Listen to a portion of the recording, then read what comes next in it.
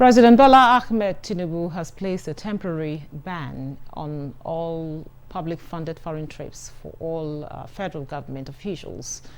The president said the directive is part of his administration's cost reduction commitment, with intention to make all heads of ministries, departments and agencies, among others, focus on effective service delivery, especially with regards to mandates assigned to them. How will these be implemented? And will these decisions impact on service delivery and mandates of affected officials? This and more will be the focus on tonight's program. Thanks for joining us. Welcome to Nigeria Today. I am Ikeria Clinton.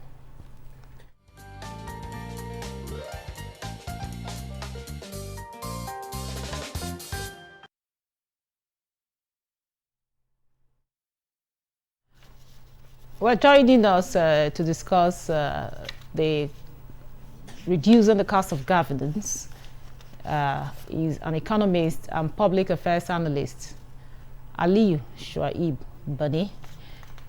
He's joining us via Zoom from Kwara State.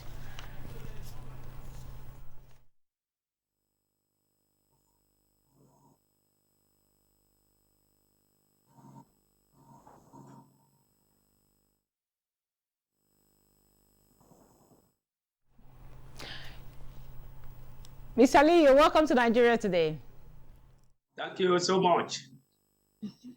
Now, I know you heard me during my the introduction, the president directive on banning all, the foreign trips or funding of foreign trips for government, federal government officials. What do you think this directive, what impact will it have on cost of governance in Nigeria? Well, good evening, NTA, and good evening, viewers. Ramadan Kareem. Thank you so much for inviting me for this program. Cost of governance in Nigeria. The cost of governance in this country has gone beyond the power of government. And it bestows on government to come out and find solutions. Solutions on the cost of government has already been undertaken by the present government, led by His Excellency President Ahmed Bola Tinubu. Before Mr. President came in, we have realized that Nigeria is completely indebted. Our revenue is lower than our expenditure. He deemed it fit to direct Nigeria at the right path. And the only way we can do that is by looking into our government, into our system of government, in order to reduce the cost of government and to make sure that our revenue is more than our expenditure. A country that spends more than what it gets, then we are moving towards doom. To avoid that, we need to look into some issues. Issues such as, one, revisiting our system of government. In Nigeria today, we are practicing democracy that imbibes presidential system imported from the United States of America. This presidential system of government has three tiers. In order for us to reduce the cost of governance, we need to look into it critically. The executive arm, if you look at it, which consists of the ministers, special advisors, so many of them. We now have the National Assembly that is bicameral, the Senate and the House of Representatives. We now come back to the judiciary. For us to reduce the cost of governance, we need to look at the presidential system that suits our culture. One, the National Assembly. Instead of having bicameral, we can have a unicameral system. If it is House of Reps, we stay with House of Reps. If it is Senate, we stay with Senate. Two, even if we stay with them, we need to look at the allowances. We need to bring them so that whenever there are crucial meetings and decisions to be taken at the National Assembly, it is when they will go for a meeting and go back. It shouldn't be a regular process. That will reduce the cost of governance on that ground.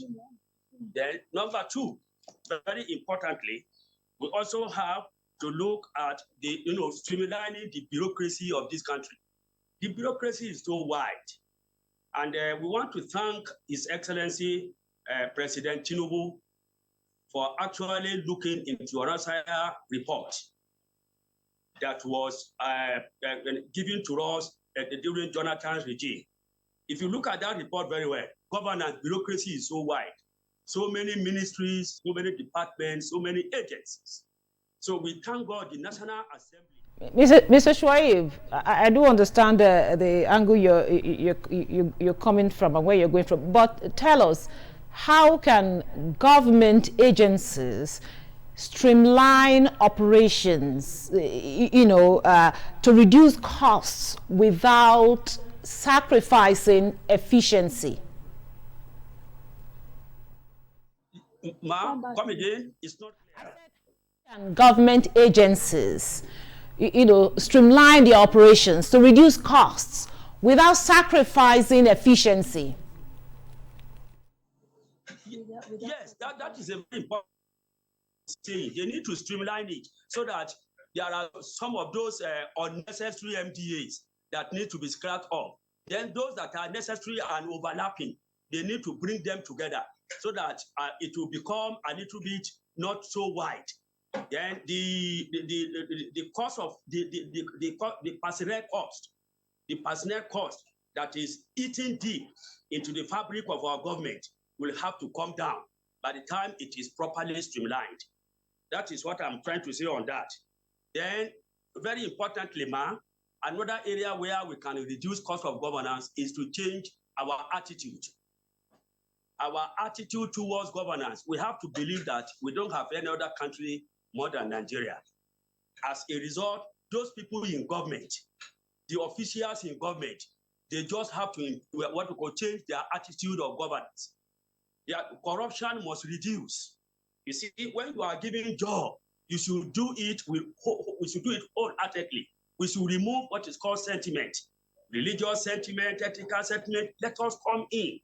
This, if it is properly done, it will reduce the cost, of governance. Then, very importantly again, is this issue of fuel subsidy. For us, we thank God Mr. President has actually removed the fuel subsidy, which has been a problem from time immemorial. Now, this removal of fuel subsidy is giving more funds to the government. For us to reduce expenditure, because expenditure is the main thing, for us to reduce the expenditure with the removal of fuel subsidy, the proceed of the removal should now be used for productivity. And where do we produce? If you look at Nigerian context, areas of production where we have comparative advantage is mainly agriculture. We come out, we subsidize the money realized from the subsidy. Much of the money can be put into agriculture. Then there will be more productivity. Employment will be in, then people will go, people will be engaged, our graduates will be engaged. So then number two, these solid minerals. The proceed that we have... Thank you very much, Mr. Shuaib. I'll come back to you.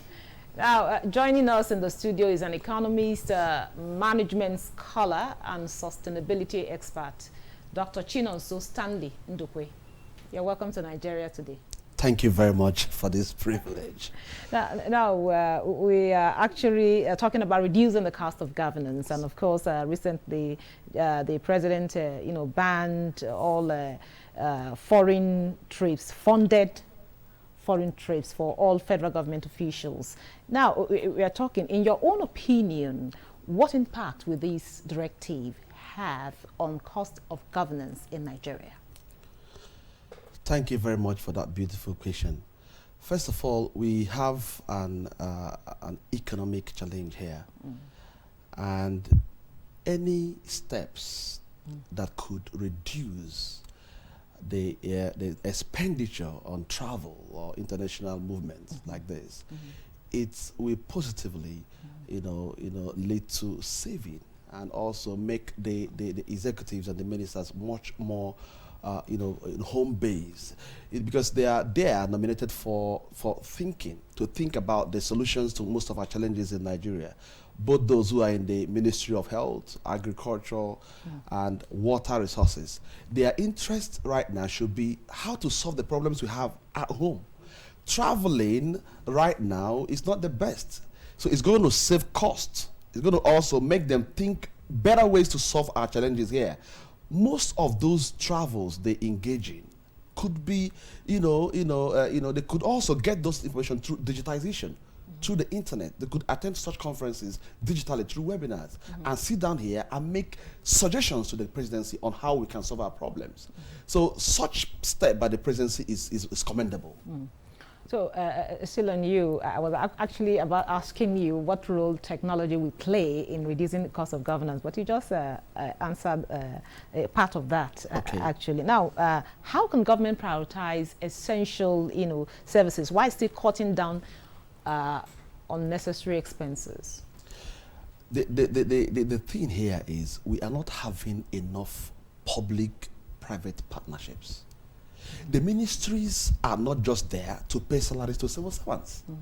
They should be creative enough to get involved with what we call the internal economy.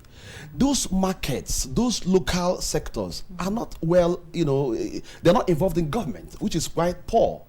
We need to get involved with the people. We need to get involved with businesses. Ministries should strike joint ventures, businesses. Make sure they have synergies that could build our communities. For example, we have the issue of problem of productivity in terms of agronomy, for example. The agricultural minister, for example, should invest with the agriculturists and the farmers. Find out the ways government can get in touch with these people and build production of food in many ways. These are the things they should be thinking of doing. We do that, they will solve problems. We have a challenge of lack of productivity, and that's the problem we have generally. In most of my conversations with scholars, I keep saying Nigeria's problem is not just leadership. It's lack of involvement with the people. We have many creative people in different sectors, in the ICT, in the agro sector, in the media sector, but they are not well supported by government. There's no synergy. The essence of government is to build the people, build the communities, build the businesses, find out who is doing what, and find out how to support them with the funds we have within the ministries. If we do that, the issue of cost of governance will not be a problem, because these ministries are now becoming more productive, creating more jobs, involving themselves with what is happening in the communities. So that's why people are challenged. They're saying that the government spends a lot on the ministries, because what they are getting, they are not using it or utilizing it to build the people. So that's the problem we are having today. Thank you very much. This is Still Nigeria Today. We'll take a short break now and listen to the reaction from Nigerians on the initiative, on the directive rather. Please don't go away.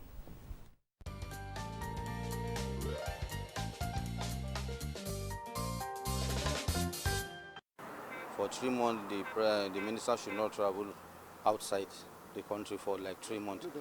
Maybe he would have seen 1 or 2 things that by them going out or traveling out of the country, I don't know, maybe there's something that he saw which maybe it will not help the country. That is why he now put that embargo for them. It's not every engagement that one has to be physically be there. So let's explore other avenues that we don't have to travel. We can do teleconferencing and other avenues whereby ministers or even government officials or everyone can attend to issues without having to be there physically, because it costs more. It's unsafe for the environment because of emissions and so on. I think it's a welcome development. At least we can save money, because if they travel outside Nigeria, they are using foreign currency. And here in Nigeria, I think today Naira is 1,400. So I think Naira is a little doing well. And if they can stay put in the country for 90 days, we will save some money.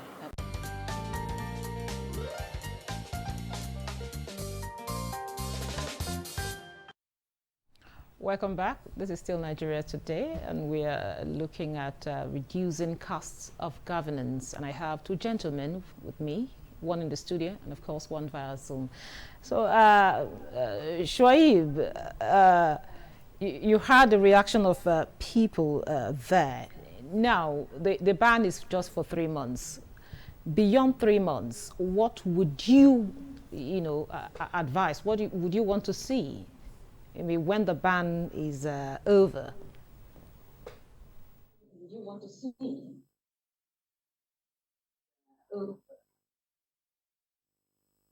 Ban on what?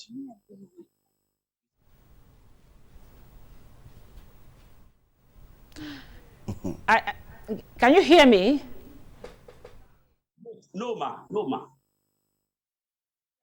The ban for the public funded foreign trips is for 3 months. Beyond the 3 months, what would you want to see, or what do you think the government should do more to reduce cost of governance?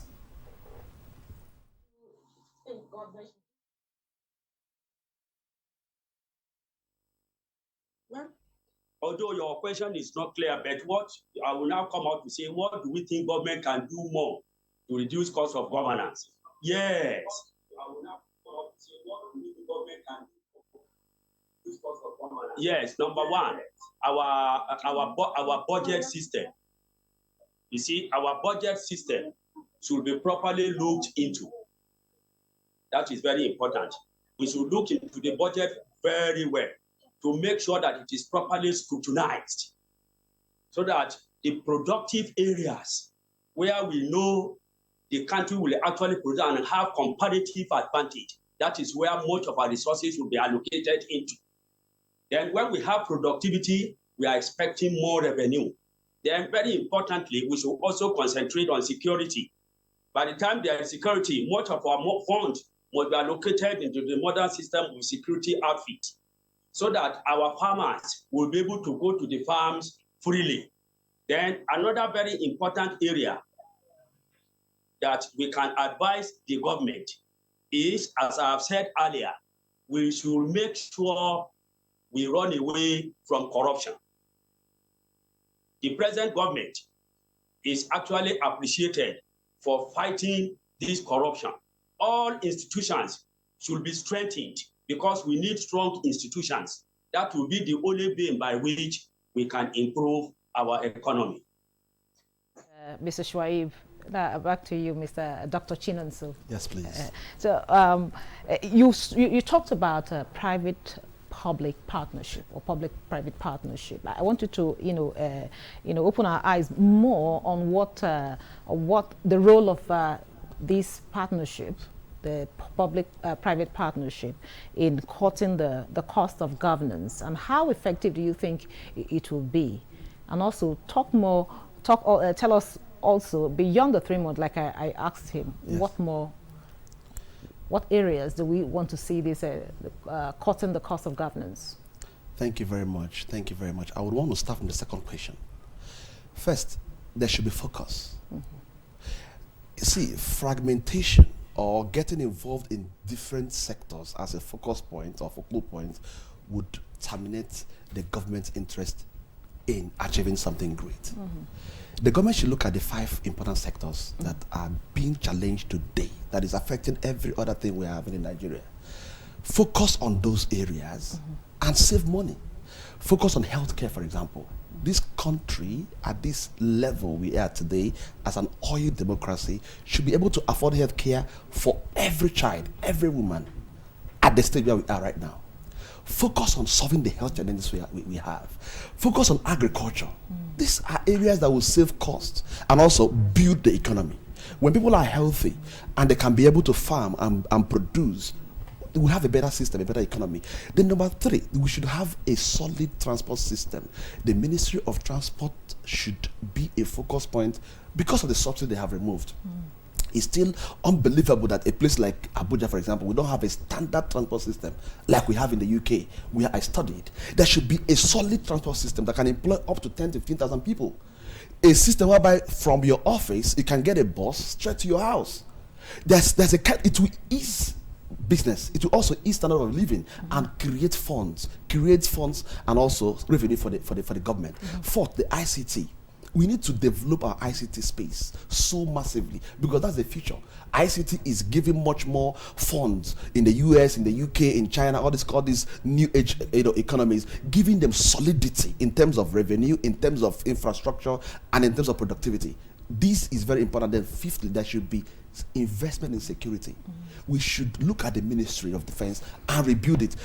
Other sectors can come in later. When we focus our budget on this, we are going to rebuild the face of the nation and restructure a lot of things. Then in the issue of public-private partnership, these five ministries I've mentioned, there should be interest in getting involved with the universities, with those who are in the innovative industry, those who are trying to have their farms cultivated. Government should find out how to support them, either through the CBN or through any form of funding, better than the former anchor borrowers. When we partner with those who are productive in our communities, we're going to solve the food problem. A bag of rice today is almost 75,000. How can the civil servant be able to afford this? How can the poor people who don't even have job be able to afford this? So when government begins to partner with these people and create much better food, much better source of living, what happens? People will live better. Price will come down because it will increase the supply of food.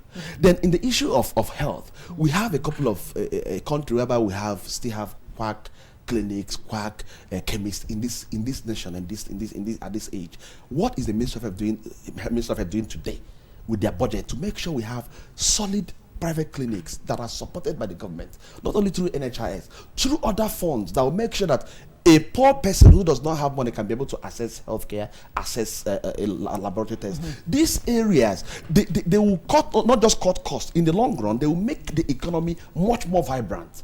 People will become more patriotic when they know that they can afford food, they can afford healthcare, they can be able to access the internet, they can be secure in their homes and in their farms.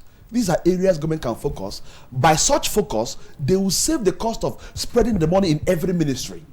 And at the end of the year, they'll find out that they have achieved nothing at the long run. But when they focus, they will solve these problems, and we see the economy, being vibrant. Okay, having had that. Now, what role do citizens play in holding the government accountable for their spending and ensuring cost-effective governance? We have the civil society, and they have been very, very vibrant in Nigeria since the last election. They will also have our people that need to be sensitized. A lot of people are on the internet today, on social media, speaking up, asking the government to do this and do that. But the issue is that they need to intensify that vibrancy. There should be genuineness. It's not just about going and having agitation or going and doing demonstration and rioting and protest. There should be more meaningful engagement. Right to the ministries, right to the senators, right to the government. Because when we talk about even, cost of governance, the legislature is a big place. Our people should be able to ask our senators questions. What have you done with your constituency allocation? What are we doing? For example, in my community, there's no library. What we have, I speak to a couple of these people, and I know that most of them are listening, but they need to change and move from listening to action. So our people should be encouraged, Nigerians should be encouraged to speak up, don't be afraid. Talk to your senator, talk to your House of Representatives member, talk to the councillor, air your opinion on how to develop the country. Because it surprise you that most of the people in government, because of that office, the officialdom, they forget their responsibilities. We as citizens must ask them questions, encourage them, not just being critical. Also, get to appreciate the good ones they are doing, but speak up. Let's be speaking up, because this government is our government. This country is our country. Most countries in the West were built by the people, by their commitment, by their interest in making sure that the government is progressive and positive. So I think our people should wake up and do more. Thank you very much, Dr. Chinonso Stanley Ndukwe. He's an economist, management scholar, and a sustainability expert. Thank you for your time and your thoughts. It's my pleasure. Thank you. And also, we also had Aliyu Shuaib Boni, who is an economist and public affairs analyst. Thank you for your time and your contribution. Thank you for your... It's a pleasure. And thank you for being part of the program. Don't forget, Nigeria Today is weekday at 7:30 p.m. on NTA News 24. You can also watch this episode and others on www.youtube.com/NTA News 24 Hub. Thank you for watching. I am Eucharia Clinton. Goodbye.